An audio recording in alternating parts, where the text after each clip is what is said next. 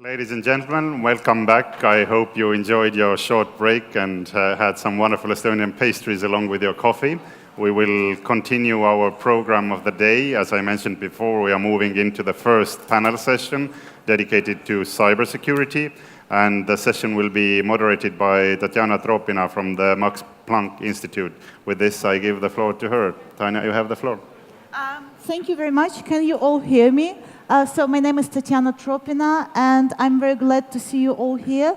And we have an amazing panel, which I'm going to introduce in a minute, because maybe I will wait for more people to come here. But I would like to make a disclaimer, because during the open mic session, which, by the way, set very high standards for both moderation and audience engagement for me and for us all, there were some voices who asked for more engagement from the audience. And this session was planned despite, having stage and speakers, despite having this room layout where I will have to watch who is raising their hand and when. I do encourage you to participate. I do encourage you to raise your voice, to make your statements, to ask your questions, because I believe that it's not we on the stage who are the stars, but it's all of us, and that's how we have to address cybersecurity all together. So on the panel today, we have the panelists ask me to go with the first names only. So if you need the surnames, you can go to the wiki page and check the program. So we have Sally from ISOC. Global Policy Director, I believe, or Vice President, I'm sorry. Marina, former Foreign Minister of Estonia and now the Chair of Global Commission on Cyberspace. Then we have Georgi on cybersecurity. Then we have Georgi from Council of Europe, Program Officer on Cybercrime. And we have Kaya from Microsoft, Director for Cybersecurity. And as we name the plenary, this panel, Alice in Wonderland, taking into account what I said about participation. My second moderator, my partner in crime, whose name is Vladimir Radunovic, he is now acting remotely from Belgrade. Because we do believe that you don't need to be present here, not only to participate, but also to moderate the session on site. And I will give it to Vlada. Vlada, now the floor is yours. Thank you, Tatiana. Thank you for a good introduction and for allowing this sort of experiment today. I hope you can all hear me well. That's how we usually start remote participation. Can you hear me? But we tested, and I hope the technology will not fail us today. As usually as it goes in EuroDIG and IGF, there are a couple of tracks of discussion. One is on the panel. The other one is the rumors in the audience. The third one is the remote participation. And then we have the Twitter wall and so on. Our idea today will be to merge them all, the track 2, track 3, track 4 discussions. And I will try to help with that. I'll follow all these different streams online and get back to panelists as well from time to time with some provocative, more or less, questions. And we'll also have a lot of some sort of polls, so that we can, as the diplomats would say in some particular occasions, feel or sound the temperature of the room. And before I get back to Tatiana quickly, I just want to invite you to start with the first one. I know that everyone, most of the sessions have their laptops and phones in your hands. Don't leave them, don't switch them off, just switch off the tone, but keep them with you. And go to the website that you can see on the screen, menti.com, and use the code 397208 and add your keyword. What is the key cybersecurity challenge in Europe today? And we'll see what the audience thinks. What is the cloud of words that we think that is the main cybersecurity challenge in Europe today? So start with that. And Tanya, back to you with a comment or more, if you wish, before I turn to panelists. Yes, so I see, because I'm on site, I see some of you are sitting with your laptops and not even looking at me with your phones, so please do us a favor, go to this website and add your word, add the answer to the question, what is the key cybersecurity challenge in Europe today? We will project the results and we will build upon them. So just go and enter your words. And I would like then to turn to our panelists and ask them in a very short manner, tell us your top 3 challenges in your field for Europe or globally. And I will start with Sally. Thank you. Oh. How do we turn the microphone number? I think it works. Voila. Thank you very much, Tatiana, and to the organizers of the session. I'm watching the word cloud come up, so this is sort of fun. I do think that if we think carefully about the big cybersecurity challenges, and I'm going to look at this from a global perspective, I think that there is a real challenge of, or the potential for fragmentation, that the security solutions lead not to interoperability or global reach, but rather fragmentation. I think that there is a clear challenge related to trust. Do the solutions that we put in place actually result in greater trust in the internet? And then I think there is a real question and challenge for end users to how to interact in an increasingly complex security environment. So if I were to say, I would put those 3 issues at the top of my list. Thank you very much. Yes, thank you. Marina, I see that there is one word in this cloud which says Russia. I'm not going to go into any politics or any names of the countries. You already went. But yeah, I already went. But just because we have it in the cloud, and I believe that as Russian national, I maybe might read this word. Could you please tell us from your perspective, from a perspective of the foreign minister, forget about the name of the countries, and from the perspective of the chair of the Global Cybersecurity Commissions, which challenges do you see in policy, in politics, in national security? Well, thank you, Tanya. You know what diplomats are known for? They never answer the questions. They say what they want to say. So I'd like to start on a very personal note. And first of all, I'd like to say how happy I am that EuroDIG is in Tallinn. 2 years ago, it was a dream. We talked with Sandra, with Secretariat. Sandra is there in the back row, and now it's here. And you can see we even could provide relatively nice weather, which is the best we can do in June, trust me. Last week it was snowing. I'd also like to thank our people engaged. I'm not going to say their names, but you know them. They've been on the stage, Secretariat, and for putting this topic on the agenda. As to the challenges, my background is government. I'm a career diplomat. I've been ambassador to 6 countries, so my background is government. And I'm a lawyer by education. So I trust in law, I trust in norms, and I respect law. If I have to say a couple of challenges, then one is today the role of governments, because governments have to be leaders. Second, governments can't do it alone. It has to be all-nation approach, all multi-stakeholder approach. There is a very specific role for industry, but also for civil society, for experts. And third, international cooperation.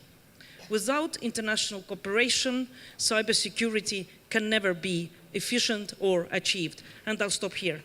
Thank you very much. Vlada, I would like to ask you, would you like to comment on what we just heard or on the cloud, what we see? Yeah, actually, what I'm trying to compare is what we've heard and what we see, and privacy absolutely dominates, and awareness absolutely dominates. And as you mentioned, Russia is somewhere there. What I don't see much, and that's interesting, is there are not many technical issues. Actually, there are almost non-technical issues. That's quite interesting. There is a lot about trust, and there is not much about governments, or about industry, or about the roles in general. So I guess we'll get back to that later, but maybe that's also a sort of a teaser for your next panelist to comment before going into own thoughts. Over to you.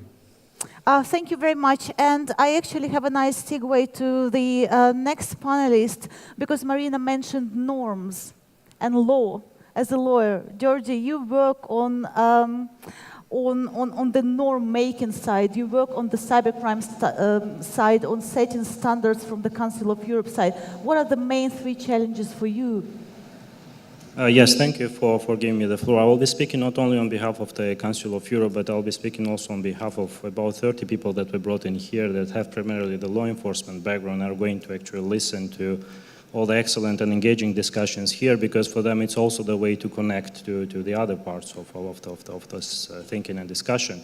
But when it comes to regulation, of course, the regulation would be in itself the first challenge for us, and the regulation not only in terms of introducing new rules, but the following the old rules, which would be, for example, the Budapest Convention on Cybercrime, which remains up to this very date the only global statement when it comes to cybercrime, partially also maybe by extension cybersecurity, but on cybercrime when it comes to international regulation.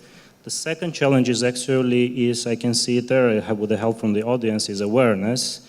And when it comes about awareness, it's awareness of the law enforcement, of the prosecution, of the criminal justice systems, of all the challenges and technology challenges and how to deal with them in a manner that complies with the rule of law and the human rights.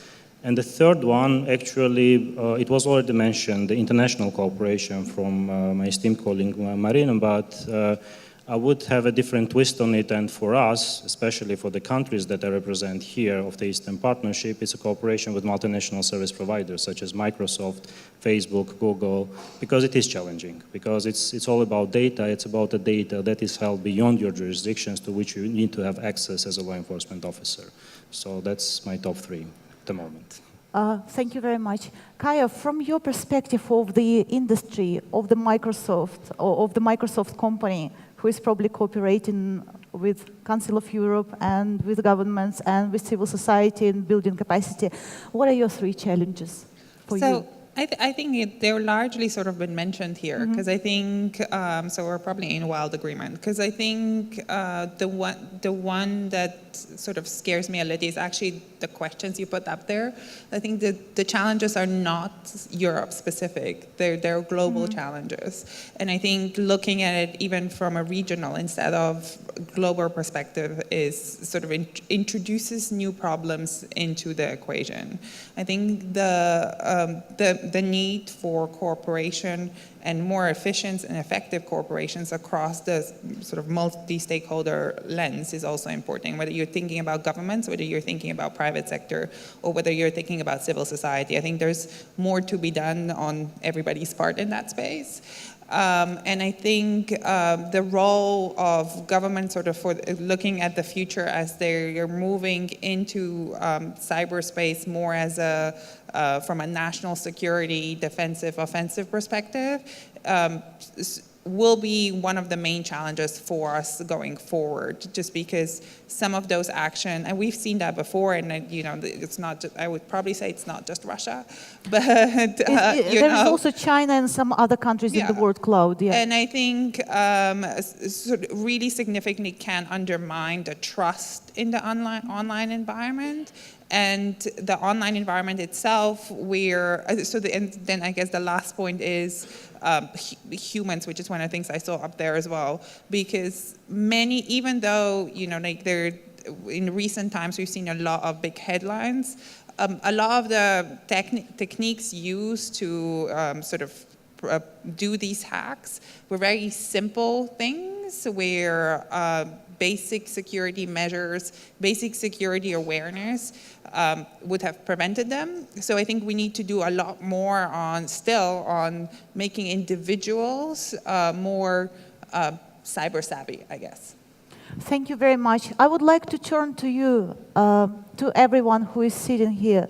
Are there any comments on what you put into this word cloud and what got missing here in the discussion?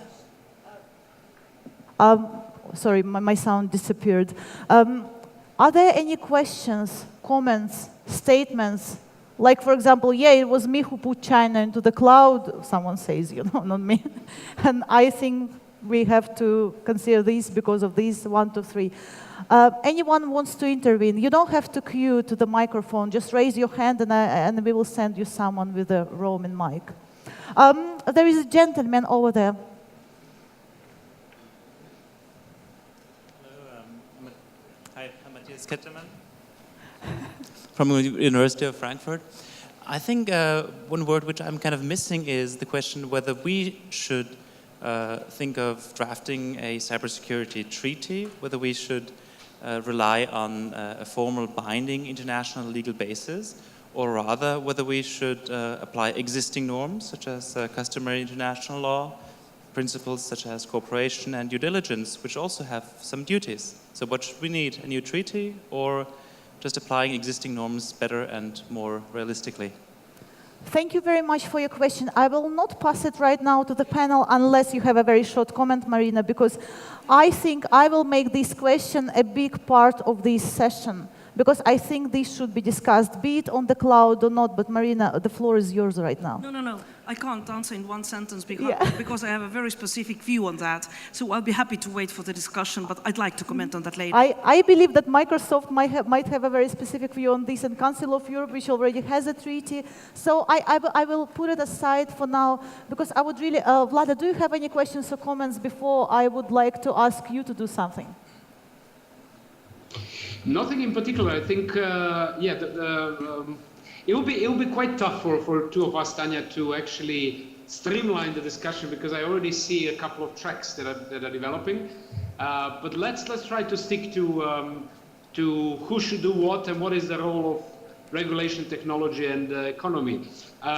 If you agree, Tanya, I would move then to the next kind of a teaser, which is let's start with thinking about a Superman. So we need a Superman who is going to save us and the cyberspace. And my question to you is probably not the right one, but I'll anyhow ask it, and I changed the slide. And you can again go to vote, and I kindly invite you to do so.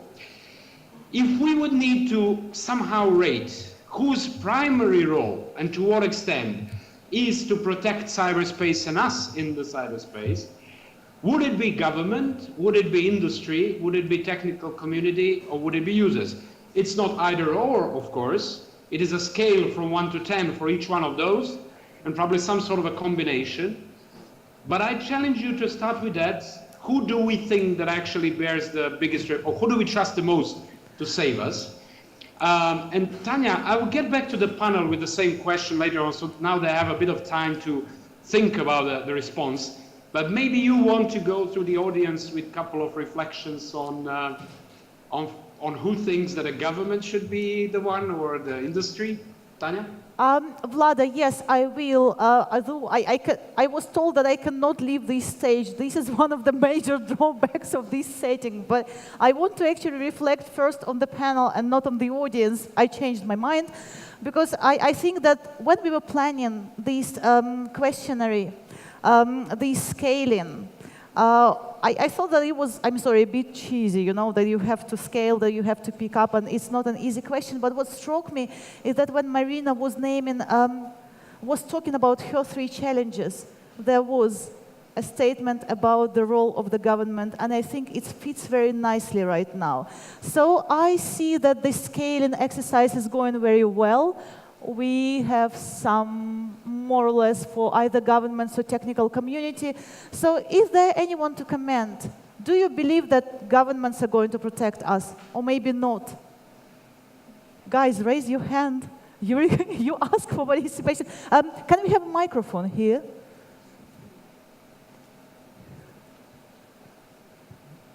Thanks, Tanya. Robin Wilton from the Internet Society. I think governments must have a role, because they are responsible for, first, the safety of their citizens, and second, so much of the critical infrastructure that a modern state depends on, and indeed a non-modern state. Even things like sewage counts as critical infrastructure. And the more it's controlled by computer systems, the more vital that is as an element of cybersecurity. So the sewage dimension of cybersecurity, I bet you didn't think you would hear that this morning. Thank you very much. Is there anyone from technical community, or is there anyone who wants to comment first? Because otherwise, if there would be no volunteers from technical community to tell me if you think you should or should not have a leading role in protecting critical infrastructure, I'm looking at some people from technical community and I'm going to approach you, so you better to stand up or raise your hands. I think I see some people from technical communities sitting over there, so I would ask either Chris Bakaric or Peter Koch to comment on this. And Tanya, before they comment, just kind of an invitation for two of them, basically. Try to be specific. How is that, if technical community can help us, what are the steps? What is that the technical community can do? Fine, okay. Chris Buckridge here, RIPE CC. Look, I think this is not exactly the right question. I'm going to be sort of the first person here to stand up and use the dreaded multi-stakeholder word. One panda just died. Okay. I think what's clear from, look, any of this, and what we've said here even, is that there is no single answer to this. Government clearly has a role, but government doesn't have the expertise that the technical community is going to have. And so there has to be sort of cooperation here and some way of bringing those different areas of expertise together. And that's how you do that, I'm not sure. I think that's something that's a work in progress, something we're trying to look at how we do. And there are venues like the OECD is one that springs to mind, where there actually has been work to bring together governments who are sort of the key members of the OECD, but then outside stakeholders through advisory committees. So the technical community, there's an Internet Technical Community Advisory Committee, there's Business Advisory Committee, there's civil society, and that's actually produced those OECD privacy guidelines, and we can debate about how effective they are or how comprehensive they are, but it's at least a move towards actually facilitating and operationalizing that multi-stakeholder ideal of different perspectives and different areas of expertise working together. Chris, thank you very much. I think while you were talking, the technical community went, 0.2 points high in the questionnaire, so you're probably impressed. I would say I also thought that maybe this was not the right question, but we are talking about multi-stakeholder for such a long time. But the question is, who actually leads? I mean, I understand that we need multi-stakeholder, but I'm sorry we don't have it right now in cybersecurity in many venues. So who should have a leading role? Vlad, I'm handing it over to you. Thanks, Tanya, and I owe a little bit of explanation on the panda thing, because it's an internal joke. Some of you that are using social media might have seen that joke of when you mention a certain term, every time you do that, a panda dies. No panda was hurt during this joke, but the point is just to try to avoid using multi-stakeholder as much as we can today. Not that the term is bad, but try to avoid going into cliches and being more on focus. What do we mean when we say multi-stakeholder? Now, maybe this is actually a good time for Marina to jump in, because I'm sure she's eagerly waiting to also share the thoughts. Marina, I know that you have a very specific opinion on the role of the government and in a way, the dialogue on norms. One question to maybe help you with this, or to provoke you. During the CyCon this year at the same very city of Tallinn, there was one sentence that was striking quite well, and it said the governments are mastering cyberspace when it comes to defense and even offense, if we want now, but they're not actually mastering the protection of cyberspace. Just to feed into your comment, and I'll pass the floor to you. Well, thank you very much. Although I can wait. I'm not so eager, I can wait for others, but if you give me a floor, I'm happy to talk. Yeah, please do. First, if we'll return back to the chart that we see, I think that the percentage very much depends what is the audience, who is answering the question. So I'm not surprised that in EuroDIG, the percentage of technical community, but also industry and users is very high. My personal view is very much as the view of the gentleman who said that cybersecurity is part of security. It's what citizens are waiting from their states and governments, to provide security. Whether it's terrorism, whether it's migration, whether it's national crime, no difference. So for me, cybersecurity is the same, part of security. And here governments have a role. What is the role of government? If I give just a wild guess, I'd say 50%, and the rest divided between industry, experts. When I say experts, I mean also technical support or technical people, IT geeks, and civil society. But governments have to lead, and governments have to lead the multi-stakeholder approach. They have to listen to. If you say that governments have failed, there are different governments, yeah? So we don't want to be one Europe, we don't want to be one Africa, we are all different countries. You're in Estonia. After the presentation today in the morning, I can't agree that governments fail. On the contrary, today when there is so much criticism about internet voting or e-voting, my countries continue to do it. And when our people were asked last autumn after the hacks of DNC servers, do you still want to continue with internet voting? The answer was yes. And it's the duty of the government to take care that it's secure, to take care of the integrity of data, to take care of secure exchange of information and authentication of people. So I also see here the role of government. Yes, we can set standards to industry, and we are setting them. But the lead has to come from a government and from international cooperation. So let's not talk about governments as it's one. Different governments are facing different challenges. I understand that today in the morning here was President of Lithuania speaking. And she made it very clear, Lithuania is not ready for internet voting. And I accept it. Although I'd urge her to look into that, because at some point Lithuanians will wake up and say, we want to do it the same way as Estonians are doing. Please provide us opportunity for internet voting, which is secure and safe and anonymous. I think anonymous was the word she said. Oh, I'll stop here, but as you see, it's a topic which is so close to my heart, so I can continue, but I'll keep myself. Vlada, I see that Sally wants to comment on this. Sure, and I want to thank Chris for speaking for the technical community, taking the first step. I might take maybe a slightly different approach than Marina. I would fully agree that there is a role for government in the security, the internet security discussion. Absolutely. Governments are asked to do things, protect their citizens. They need to be at the table, and any suggestion otherwise is, I think, is not helpful. But I also think that it depends on the issue at hand in terms of where the leadership may come from. And I think we have to acknowledge the fact that in areas where we're talking about innovation, the next services, the next ideas, this is an area where industry and entrepreneurs around the world are, in fact, leading. So how is it that we want them to lead? We want them to lead in a way that is security-minded, that is trust-minded, that is privacy-conscious, that is, taking note of and really putting core values at the center of their innovations.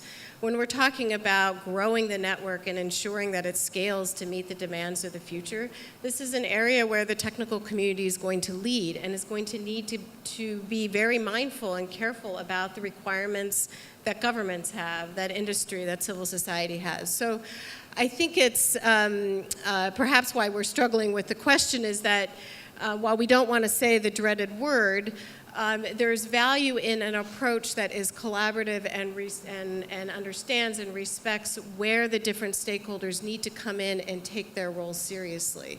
And I think what we're all saying is that this notion of security, this notion of trust has to be at the forefront of our minds as we're making those decisions. And the leadership is going to come at different parts of the discussion or of the action required. Thank you very much, Sally. I have to admit that, yes, it was a simplistic question, but the disagreement between the panelists already shows that maybe it was the right question to ask. Could be. Before I move to Georgi, is there anyone who wants to comment?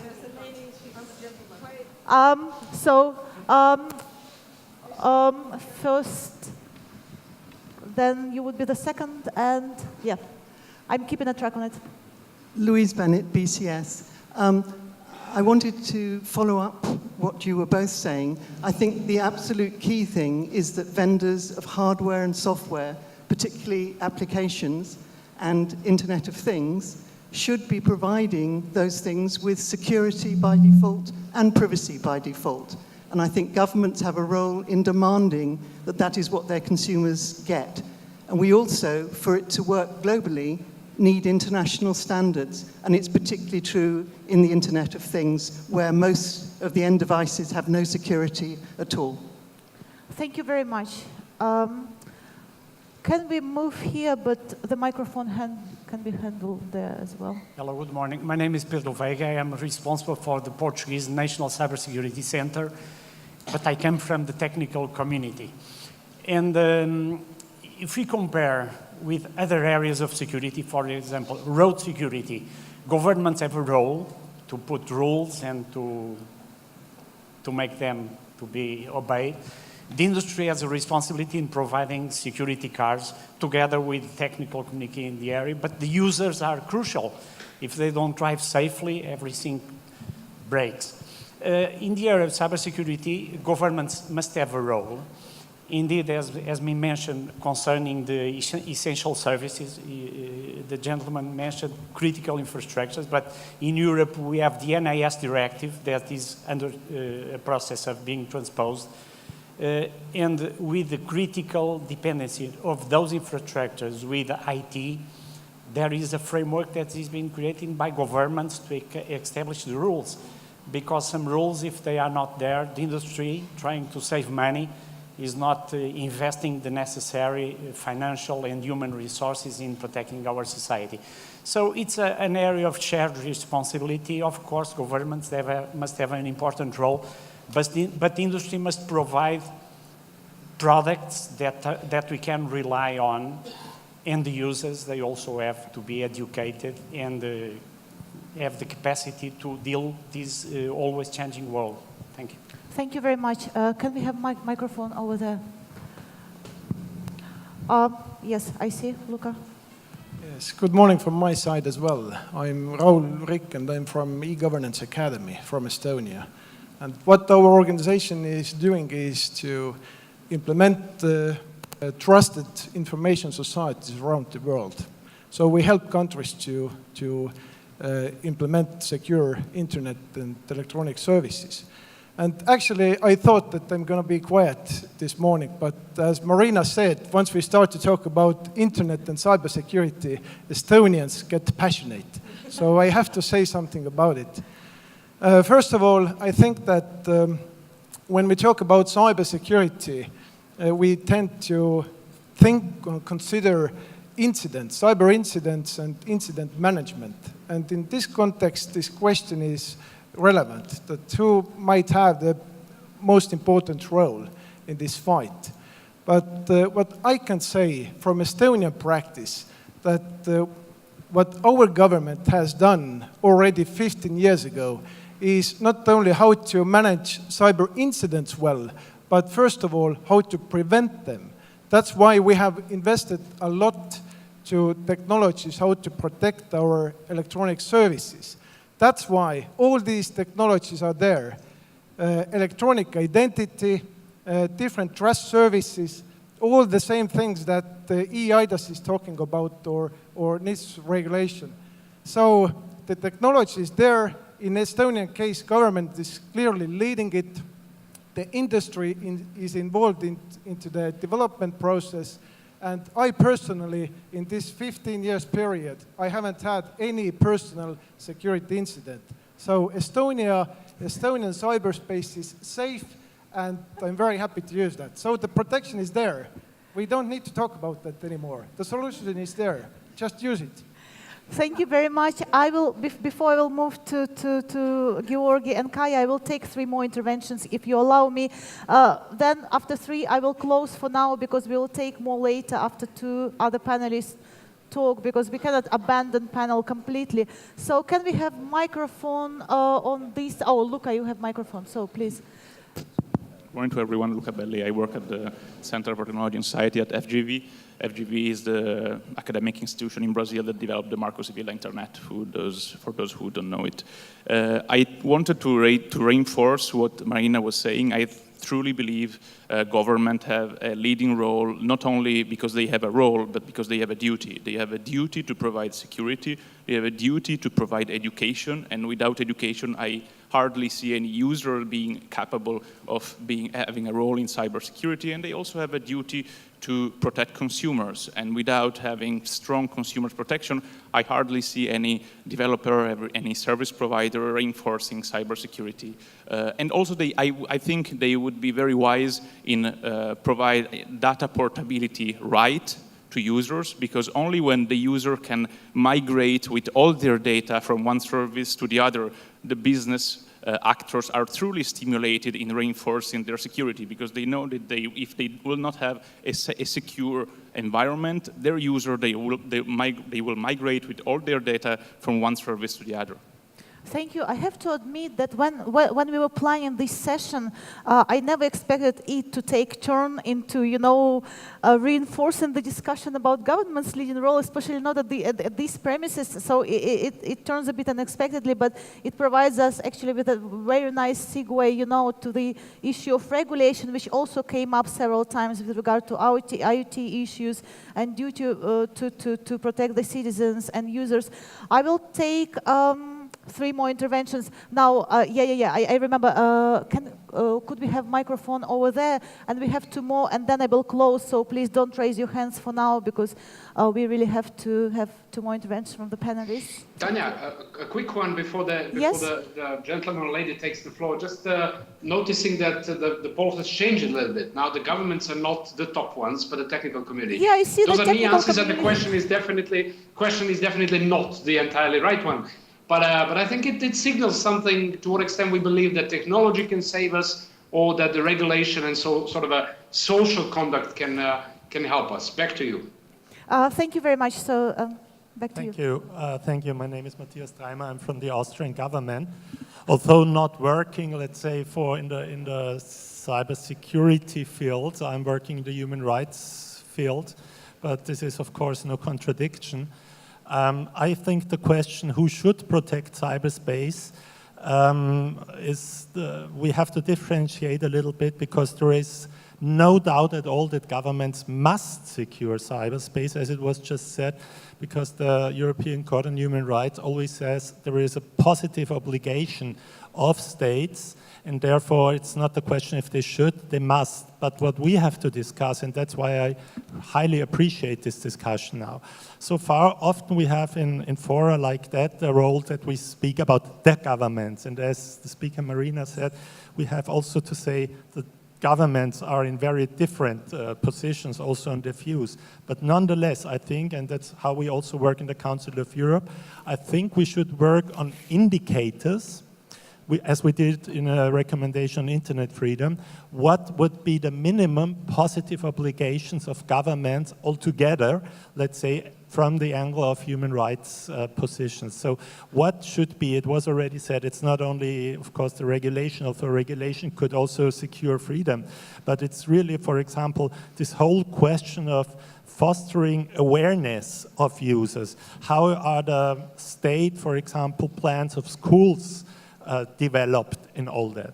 So there are many, many roles as facilitators for governments, and I highly appreciate this discussion. Thank you very much. Thank you very much. We have 1 intervention from here. You can give the second mic here, because I will take the last one. Okay, thank you. Let's talk. I'm Tapani Tarvainen from Electronic Frontier Finland. I'd like to point out that sometimes government can be the threat. Sometimes users need protection against governments.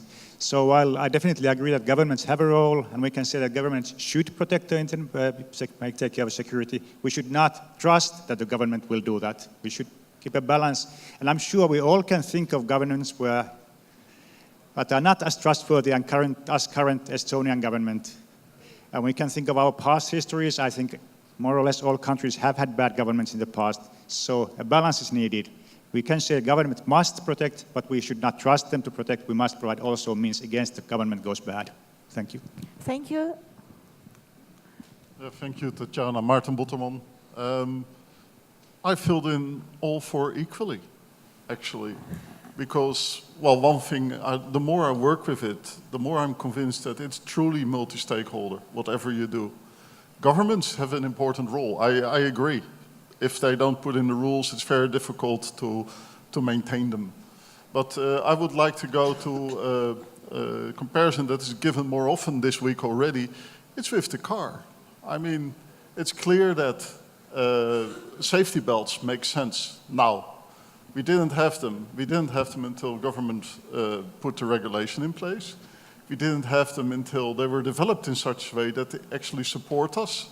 For instance, only the waist belt would tear us apart if we would do it. We know that. And only when industry was really implemented them. But that wasn't enough, because people who don't wear them are still not protected. I think this is a very good parallel for the internet too. There's a lot of means out there, and if we would all use them, it would already be much safer than it is today. Thank you very much. I will close interventions for now, and I would like to turn actually to Kaya first, because we talked so much about the role of the government.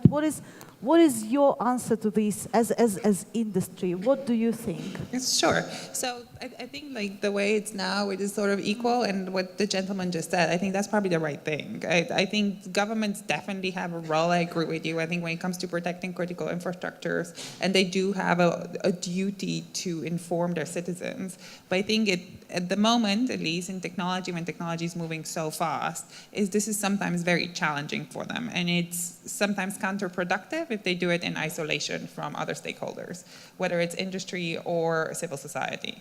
I think also to your point over there, you're right. I think governments play different roles, right? They sometimes protect their citizens, they put rules in place, but they also have national security roles that maybe threaten other citizens, or indeed some governments are less democratic than others.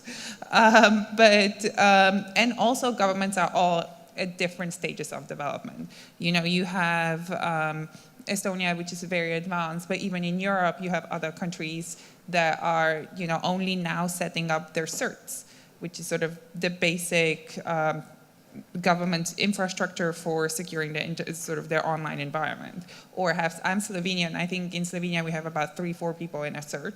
I know it's a small country, but that's hard for people to keep up with technological developments and updates and sort of consume all the information.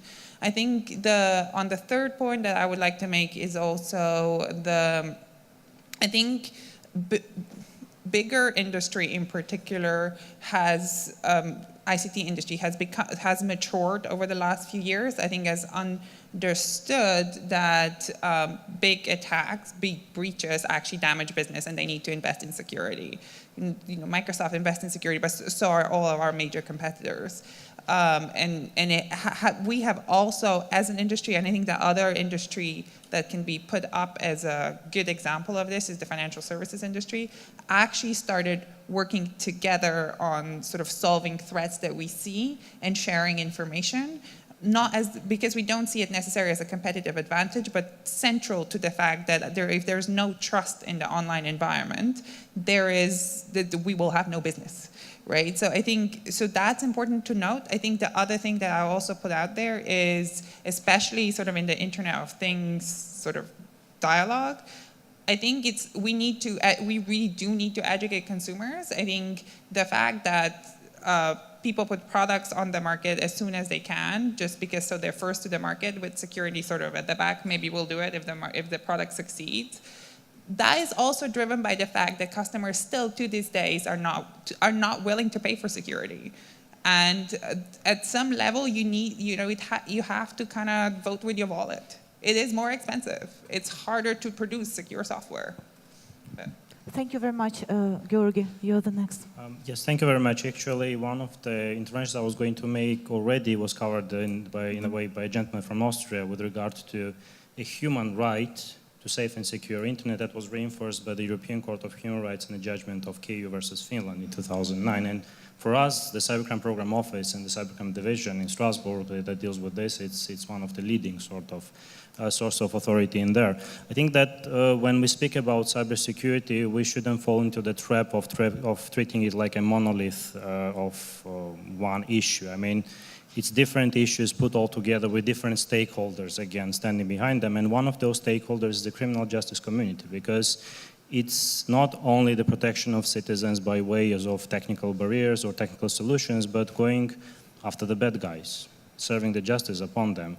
And this is where the cybercrime units and the law enforcement come in. And this is where actually the obligation of the state to protect their citizens is expressed the most. And of course, the human rights component of doing so by these units is very important.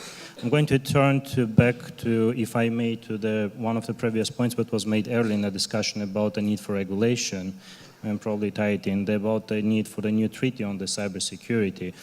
Well, and I think that Marina has also some views on that, but we at the Council of Europe were more of the opinion that the current obligations that are already there, they need to be implemented first, because there is still a lot of life in them and a lot of value in them, such as the Budapest Convention on Cybercrime. And it is actually growing exponentially. Like latest additions to us was Tonga, of all places, just a couple of weeks ago, and it's the 55th member of the European Council of Europe Convention on Cybercrime, which is becoming a global treaty more and more. So I think there is still life in the standards that exist right now and the need to take them further before we start discussing the totally new set of the rules on the cybersecurity that may be quite difficult to agree upon. Thank you very much. Are there any immediate intervention to what you just heard? Because I really would like to say that we plan to talk about regulation. And I actually didn't expect it to come up like this also, like from British Computer Society, right? About regulation of the Internet of Things, because in the past few months and even past 2 days, I've heard about regulation of the internet, you know, we all did, in some circumstances. Like, for example, Theresa May said that we have terrorist attacks and we have to regulate internet. But this is a particular case.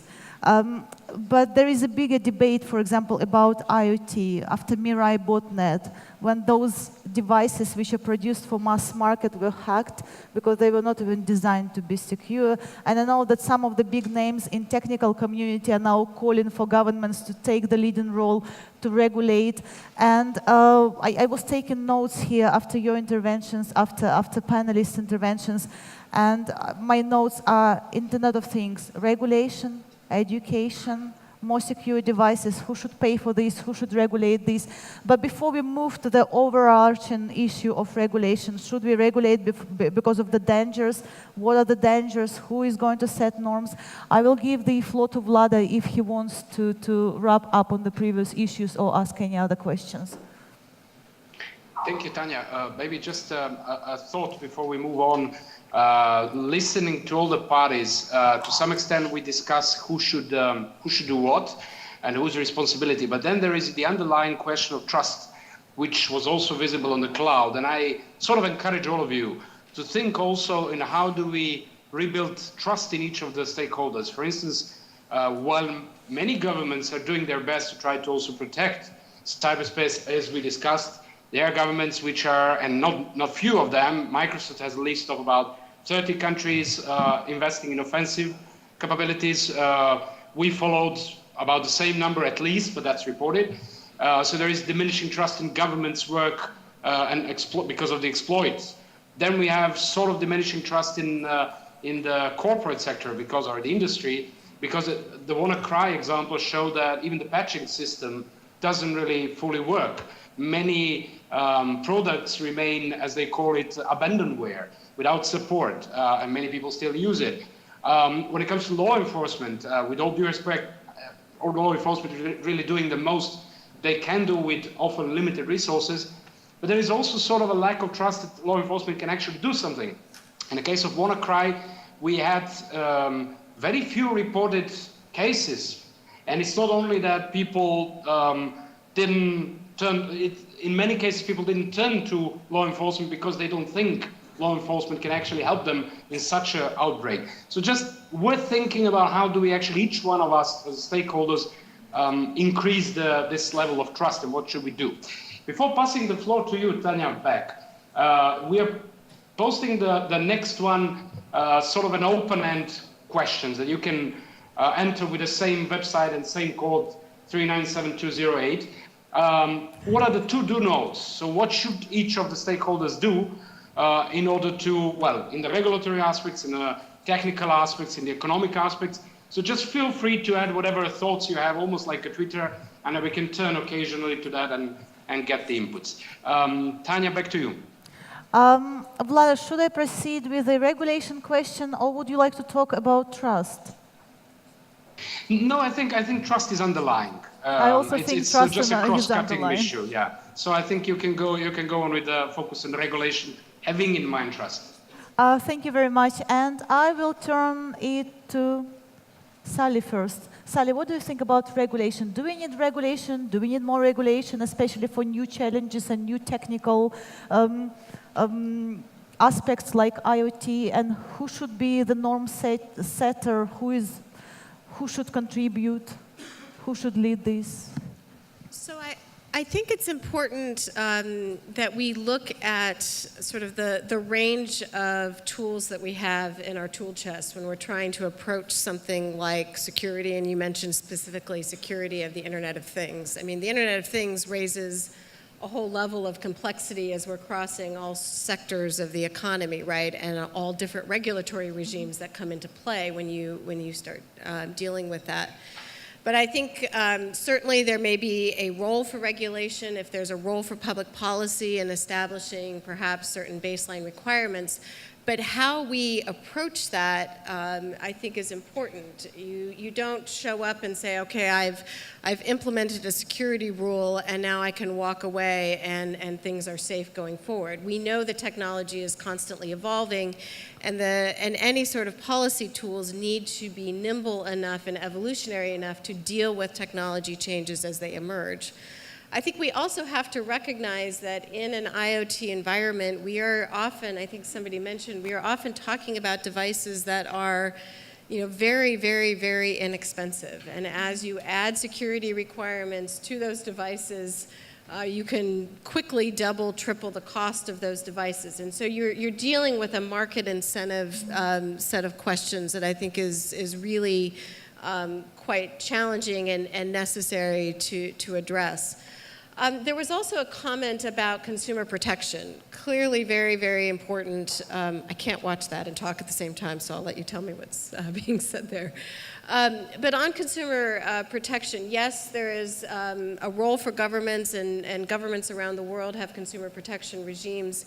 I would also note that, though, that there are a number of initiatives that are emerging around the world to enable consumers themselves to demand the kind of security and privacy that they have every right to expect from their devices. So, for example, in the United States, there's an effort underway now by Consumer Reports to develop a digital privacy standard.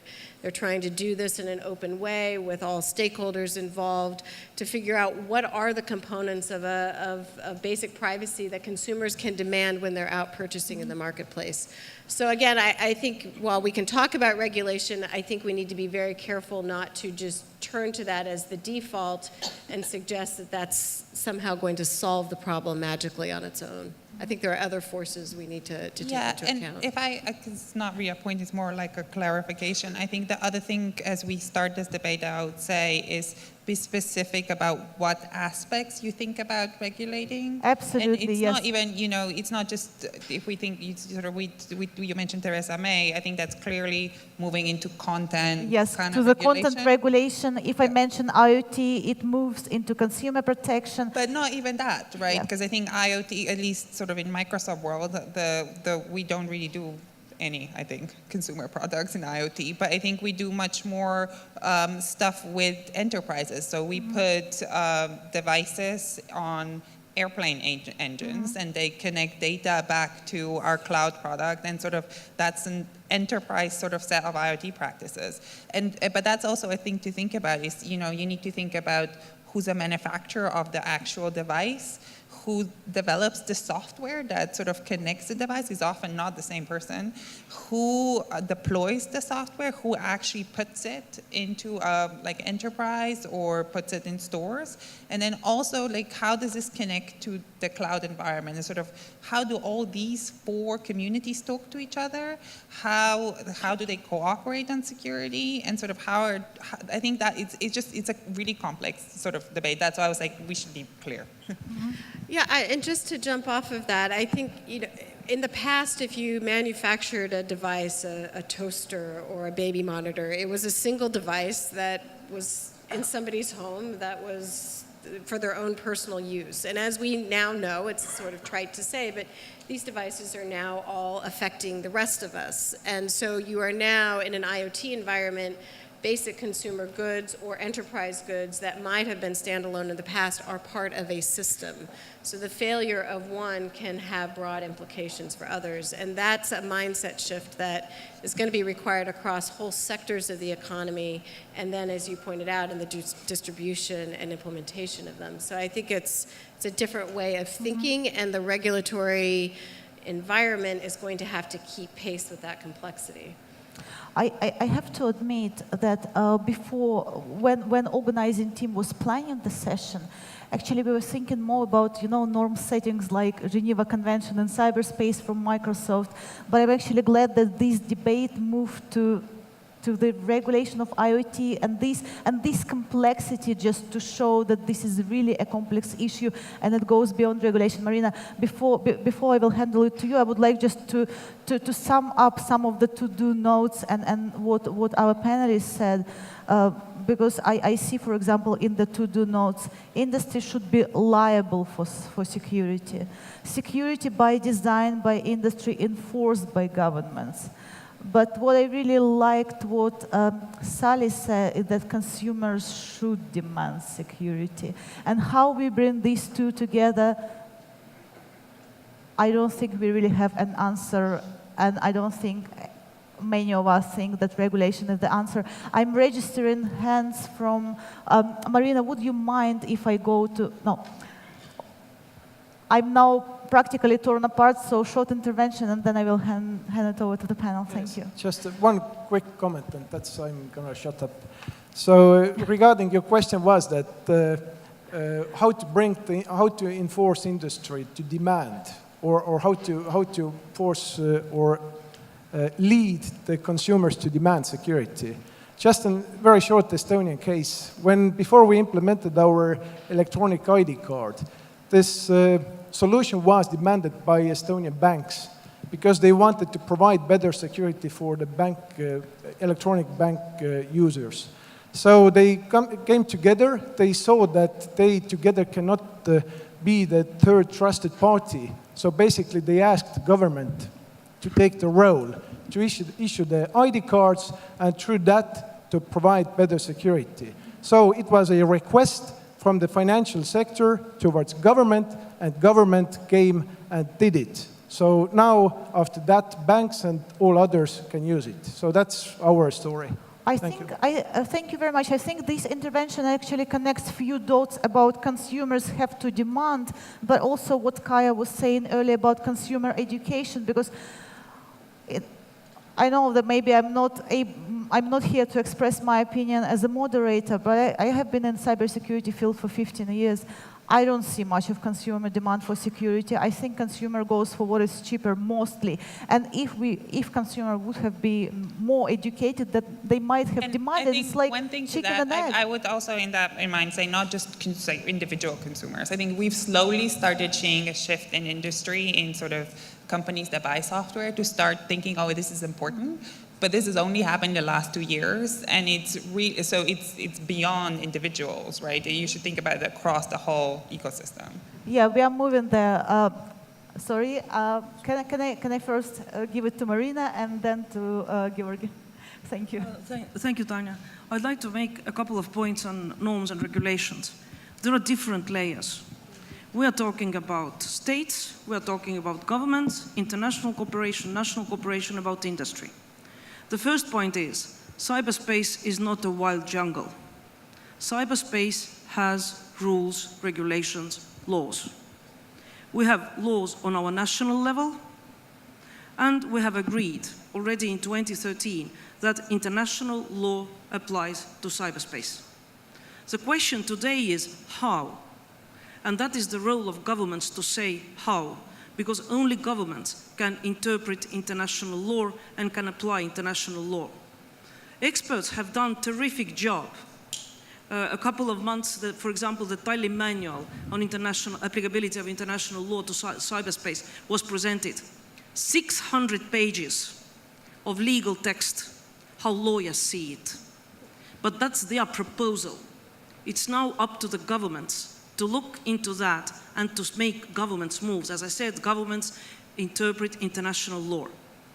And for me, all the proposals about writing new laws, for me, it's kind of a sign of not doing, not applying what we have today, but postponing application.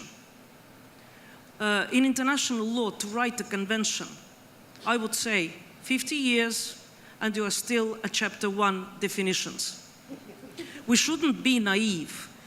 The questions that we haven't been able to solve in real life, for example, definition of terrorism, we will not be able to solve in cyber, which means that we have to look carefully at what we have. I don't exclude that at some point we might come to the point where we see that something is missing, that we have to have either some additional provisions or amendments or maybe even new convention. I don't exclude that. But at the moment, I would like to urge everybody, and especially government representatives here, to look into international law and civil societies to remind it to the government. It's their obligation. And trust me, civil societies can be very, very powerful. Thank you very much, Georgi. Yes, can I go back to a bit of, I think it was a bit of discussion of connecting between the regulations and trust, and I sort of worried how disconnected these two issues are, because when it comes to the law enforcement action in cyberspace, which is fighting cybercrime and the access to electronic evidence, and the way we do it from a Council of Europe perspective, there are intrinsic levels of trust toward the government, from the industry, for example, how the data should be exchanged. And one of the questions from the floor was what solutions can be offered there. There are some solutions that we're working on that are quite practical and down to earth, that in 3 of the countries that we work with, of the Eastern Partnership, they have concluded special cooperation agreements between the industry and the government, which regulate how the data is going to be exchanged. On top of all of the legal regulations, how practically they are going to exchange the data in the criminal investigations, and what guarantees and what sort of technical details, administrative details are there. And this is something that can be followed. So the trust and regulation sometimes go hand in hand. Sometimes you have to regulate it by the most obvious thing that is lying before your very eyes. Agree on it and put it on paper. Thank you very much. I would like to handle it over to Vlada if he has any intervention or summary or any thoughts about what we heard and what we see on the screen from to-do notes. Sally was worried that she won't be able to follow the income of the stream of comments, and of course, I mean, that's my role basically, to also look into that and the Twitter feed, as well as the remote. But just a quick summary of some of the interesting notes. There are many interesting notes. One was security by design should be done by the industry and enforced by the government.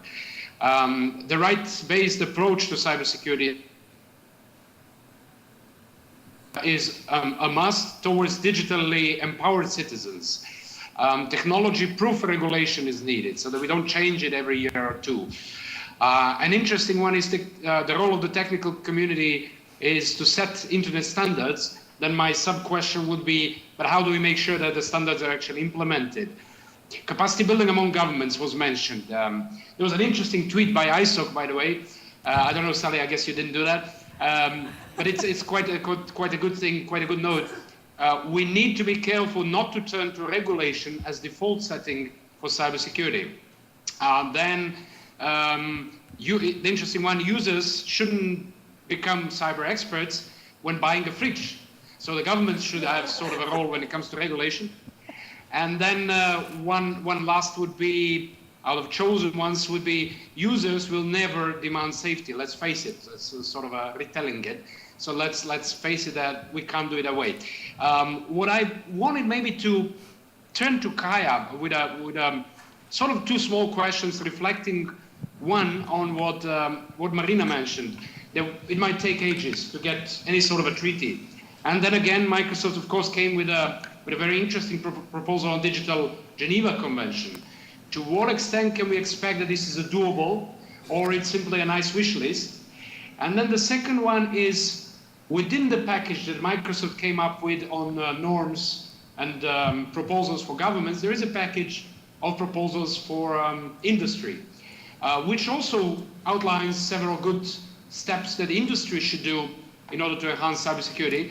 My question would be, is that enough? Is there a need? We saw one of the comments sort of inviting for regulation which would put on liability for non-security products by the industry. Should we go that far? Or is it enough what you suggested that the industry should do in sense of building, let's say, security by design into the product to some extent? Is it possible in sense of software code, which is very complex? I leave it at that. Maybe Kaya, if you wish. Can I add something to this? Because what was interesting about the question and about Microsoft initiative, I know that these 6 norms came up actually 2 years ago in The Hague. I remember them. And then for me it was a big surprise when Microsoft came up again with something a bit like fine-tuned, but like rebranded into Geneva Convention. And Marina also told it will take ages and ages. So I understand why it took 2 years maybe to rebrand, to fine-tune, and to come up with this again. But maybe you can briefly tell us what happened in those 2 years to the 6 norms. Sure. Why rebranding? Thank you. So I think lots of questions. I'll try to answer them all. So I think those are in my head, these are 2 slightly different subjects. I think we talked about, when we're talking about IoT and we're talking about security baselines or protecting critical infrastructures, these tend to be domestic regulations or laws, right? So the focus tends to be governments passes a law because they want to protect their infrastructure. And liability provisions, which I'm assuming eventually will be introduced, will similarly be domestic, right? It's not while we think it's good that governments cooperate and it's sort of exchange information and best practices, utilize international standards, it's not necessarily the same thing as sort of getting a convention done. Mm-hmm. So I think just kind of wanted to clarify. I think in terms of the international cybersecurity norms, but also we were talking about the treaty, I think so I think we really support the Budapest Convention. We don't want it to go away. More people should sign up. But I think Microsoft has been active on international cybersecurity norms for about 5 years now. I think we put out so far maybe 3-4 papers. And you're right. I think the recent the announcement we made in February and sort of a couple of times since is largely a rebranding exercise. And I think the substance of the proposals that we put forward, the focus on, the very clear focus, not on content regulation at all, but on specific sets on limiting specific sets of government behaviors, things like maybe don't attack critical infrastructures, or maybe don't attack certs, don't put in backdoors, have been there for the past 3 years, have not really changed. What's changed is kind of a little bit the external environment. I think there's been a lot of, in particular in the United States, the attention on government roles in cyberspace has been immense. We sort of try, and also at the same time, we found that the movements in coming to agreement, part of the reason is because of the sort of challenges to come to an agreement has been very slow, and we expect it to continue to be slow. So the rebrand was more about putting attention on it, driving more discussion, and trying to move it forward, right? Both from government and private sector perspectives. And so the substance really hasn't changed, but we got a lot more attention on it. The other is true. It's the same substance. The Geneva Convention in cyberspace sounds much better than the six norms they have told me. It does.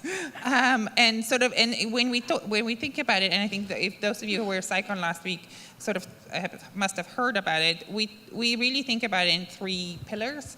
As Vladimir said, one is a government pillar where we put, I think it's maybe 8 now, but proposed 8 norms for countries to discuss in terms of what could be in the long term, very long term, I agree, hopefully not 50 years, but like probably 10, a basis of a treaty.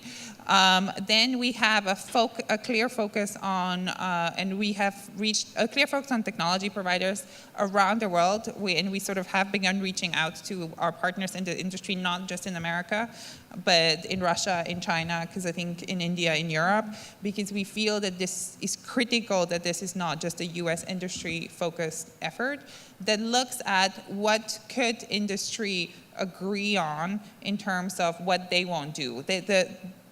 The industry norms kind of map to the government norms. So if there's a government norm that says, don't put backdoors, the industry norm is, don't take backdoors, right? Think about it in that space. And we sort of are starting to pull this coalition together and also starting to think about the assurance around it. How do you make sure that the people who sign up to this really are behaving in accordance to what they signed up to? And then the third pillar is, and kind of connected to the assurance bit, is this concept of potentially introducing an independent attribution organization that would basically be separate from government, separate for industry, but have technical experts, and would be able to, if a government or a private sector entity would walk up to it and be like, can you investigate where this come from, actually start collecting the data that sort of basically a database more or less of data that would help them identify attacks and improve attribution of cyber attacks. I think the reason why we feel that there is a need for an independent group is we've heard both from governments, particularly smaller ones, where they're like, oh, we are attacked, but we don't want to say it publicly. And I think all the big players at the moment are, if you get hacked by a member state, by Microsoft, in sort of Microsoft, I think Yahoo or Facebook, you will get an email that says like, you've been hacked by a nation state, but we never say which one. And part of the reason for it is because they're often our customers. So having an independent body that sort of deflects that heat, I think would be something that would be useful. Thank you very much. While I'm turning to Marina, if anyone wants to respond later. If I just made 2 fingers to say, I didn't want to sound so pessimistic. I don't agree to the form what Microsoft is proposing, new convention, new international organization, but I would like to recognize, to having the discussion, to proposing norms, that is something that I would also like to encourage other industries and other private companies to do. That's extremely useful, and thank you for doing that. Marina, and how it correlates with the idea of governments taking leading role? Would it be just taking role in different area, or industry coming up with a proposal, government supporting and taking the leading role in agreeing to this? I don't see. I don't see any if there is any contradiction. difference who was at the birth of the norm. Either government expert, some smart lawyer from academia, or from private sector. I don't think it's crucial. The crucial is that the norms are proposed, they're being discussed, and now, please stay tuned. Google cyberstability.org. It is the new multi-stakeholder format organization, and I'm happy to see Wolfgang, our commissioner, here in the first row. And exactly that's the discussion we are going to take on, so that not only governments discuss in one corner, industry in another corner, but we bring all multi-stakeholders into the same room and discuss exactly the same issues. Thank you very much, Sally. Would you like to follow? Because I will start taking interventions from you if you have any. So, were there any hand raised? Because I saw the microphone going there. Yeah. Yeah, please. Sorry, Sally. Would you like to? Because Go ahead, Nigel. Sorry. Yes. Nigel Hickson, ICANN. Just one point on this, on the regulation point of view. Well, 2 points actually. First of all, I think there's lots of different types of regulation that we're talking about here, and lots of different types of sort of policy intervention. And if we take the Theresa May statement that she made after the terrorist atrocities in London, I think there's two areas here. First of all, there's the content area, which is not inconsistent with what the UK government and what other governments have been saying in terms of the responsibility of actors like Facebook or Google or whatever to enhance their monitoring of content, and that's an issue in itself. But I think that's one aspect. But I think the more intervention aspect was the fact that she talked about regulating internet governance. And that, I think, is something which I'd like the sort of panel's sort of input on, because although while we're talking about the different forms of regulation and products and etc. and the very interesting Microsoft intervention in terms of a Geneva forum, of course we also have proposals that are being discussed at the UN level, which are all about enhanced cooperation and actually giving the UN a role in internet governance, giving them a role in some of the numbering, in some of the naming aspects. And there are countries that have proposed this at the UN, and there's discussions at the UN going on this, and we resume discussions in September on this, and proposals will be put to the UN General Assembly sometimes next year. So, this isn't abstract at all, and governments are involved in this, in the same way that governments are involved in other discussions. So I think, governments have a responsibility here as well to if you like, be consistent, and also to involve the right players in the right discussions. Thank you. Thank you very much, Nigel, for bringing this issue and putting it more into the context of the internet governance. Any more interventions, please? Olga Kiriliuk, Ukrainian-based NGO Digital Defenders Partners. I would say that when we are talking about shared responsibility, then we also should talk about the shared opportunities for different stakeholders to come in and to work on the norms. Because I'm international lawyer myself, and I know how long it takes to come up with some particular document. But when we talk about international law, that's only about governments to come and to impose the rules on the other stakeholders. But in the internet, we also should give the opportunities for the others to be heard and to make their voices to be heard. So maybe it's not only the international law, which is the proper instrument to regulate this cybersecurity sphere. And I would agree with Nigel, who mentions that it's happening on different levels. So yes, that's truly the way it is. We also should take into account the self-regulation, the soft law, and that all should be happening at the same time, because probably international law is not the only way and not maybe the best way to regulate this sphere. Thank you very much. Sally, would you like to follow? Sure. I think that was a very excellent comment. I didn't catch your name, but thank you for that. And jumping off of something that Nigel said, I think, and when we're in this room and we've been having the conversation about the role of government, it's been largely in the context of talking about how to protect consumers, how to do the right by our citizens, how to respond and do the things that protect critical infrastructure. Many of us, however, sit in other intergovernmental discussions where the role of government is not focused on those things, but is really focused on control. It's focused on whether explicit or implicitly a desire to achieve a particular political outcome with respect to regulation.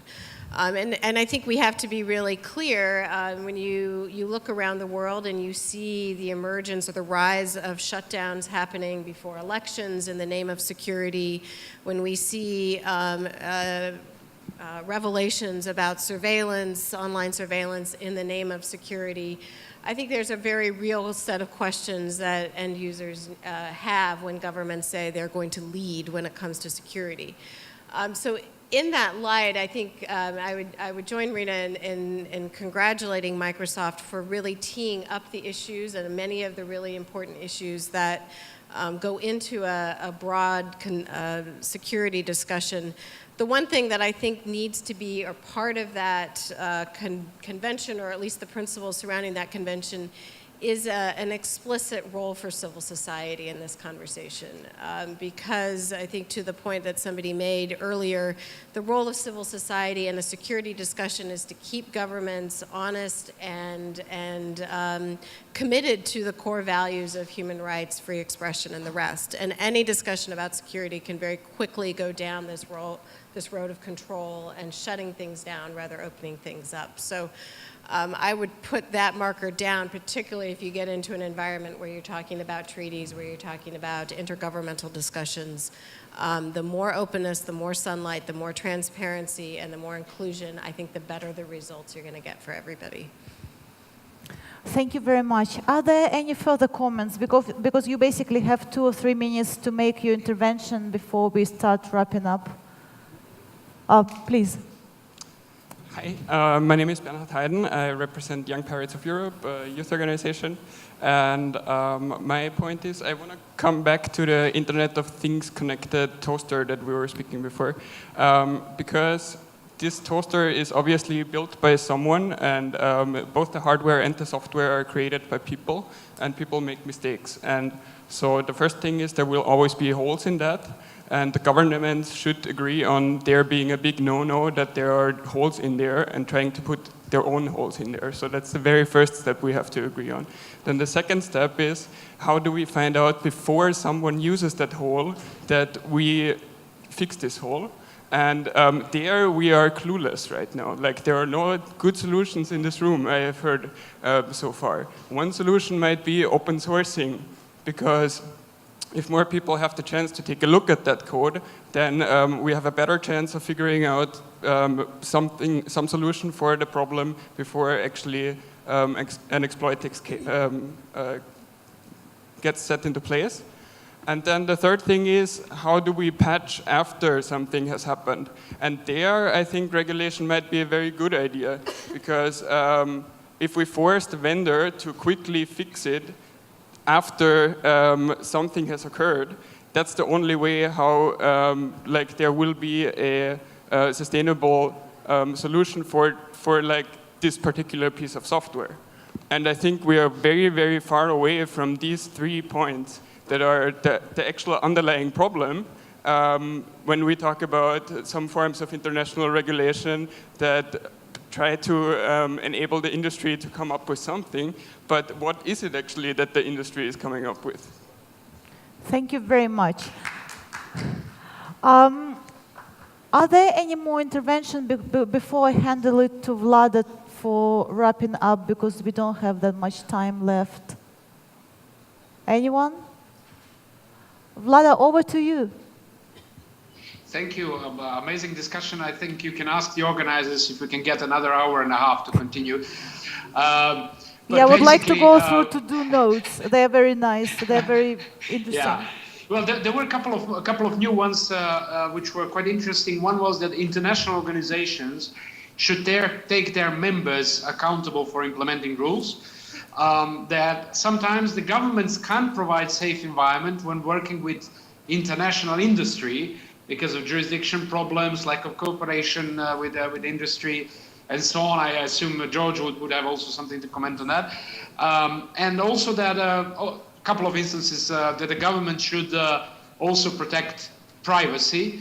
And finally, that too many regulation can impact freedoms and freedom of expression. There were many other, but I think we can stop there. Okay, since we are running out of time, what I wanted, and we still have my friend Vladimir to do the reporting. I wanted to pass the floor to the panelists with maybe the one last final comment in the form of a tweet, if you can. So try to be 140 characters. It's allowed if you go to 200. What is your takeaway message that you simply want to wrap up this whole discussion today and share with the audience? And maybe someone of the tweets can actually tweet your thoughts. And by the way, retweeting is not allowed, so you have to have your own tweet. And at the same time, I'll open another blank page for the audience. Of course, those of you that are tweeting, please tweet. The others can use the same menti.com code 397208 to share your sort of takeaway messages. Sally, should we start with you? What is your takeaway tweet? People in ISOC will know that I'm a terrible tweeter. I would say I think there's no single bullet or no silver bullet to security, that this is a complex challenge that requires a collaborative security approach. My tweet would be, happy to see so many women discussing cybersecurity. Doesn't happen often. That wasn't intentional. It's when we composed the panel. Unfortunately, Marietta Schaake couldn't join us. But for me, the gender balance was kind of striking. Although it wasn't done intentionally, but we came up with a very gender balanced panel. Yes, my take on it would be, unfortunately, the lady who did this intervention left, but more opportunities and more input to the development of regulations by different stakeholders. That we do it, but sometimes we don't realize it, and it's better to make it a good practice.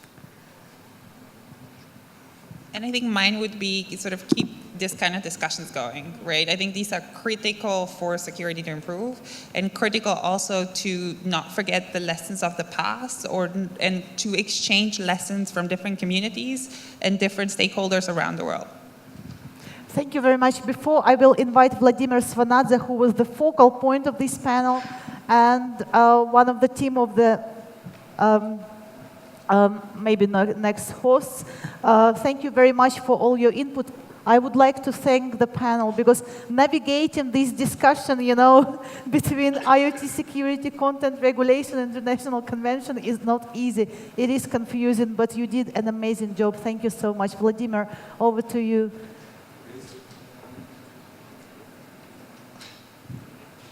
Okay, thank you, Tatiana. Thank you, speakers. As I will be briefly, and I will try to summarize the interesting panel. It will be for me very difficult, because we have very good speakers. And the first point from me will be cybersecurity is part of the international security, which is dependent on the national security, and the role of government is leading with the technical community also. Second is implementation of international standards, that is very important also. Third is international cooperation between some agencies, some state agencies, and some industries is very important also. Role of education and awareness of consumers is very important for cybercrime. And the cooperation between all stakeholders, as government, industry, technical community, is important, and the field of regulations, the focus should be on the complexity of the interaction between industry and the different types of consumers. And last is also human rights and security in cyberspace. It is very, very important that issues, because its regulation is also of Budapest Convention in this, and trust from end users for law enforcement and agencies is very important. And I can say about our Georgian examples on this. Okay, thank you. It's all, maybe. Thank you very much. I would share my tweet, which I will take from, unfortunately, I think she left, from Olga from Ukraine.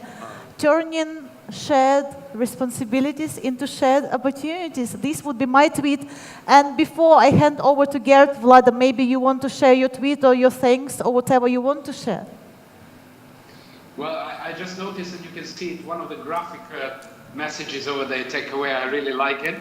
All the stages of crying and being nervous and then happy at the end. Well, I would maybe just get back to what one of the participants actually mentioned, is that the processes of discussing the norms and generally the regulations should be more open to stakeholders. And I think that is important, and that might be my kind of underlying message. Yeah, at the end, maybe just to thank you, Tanya. It's always a pleasure jazzing on cybersecurity with you. Thank to the great panelists and the audience, and definitely to the Bernard and remote participation team, Arvin and the others who helped breaking through the remote participation and making it yet another level. And maybe next year we actually manage to do the avatar experience as well. We'll see what comes next. Yeah. Thank you for being with us today. Thank you very much. Thank you.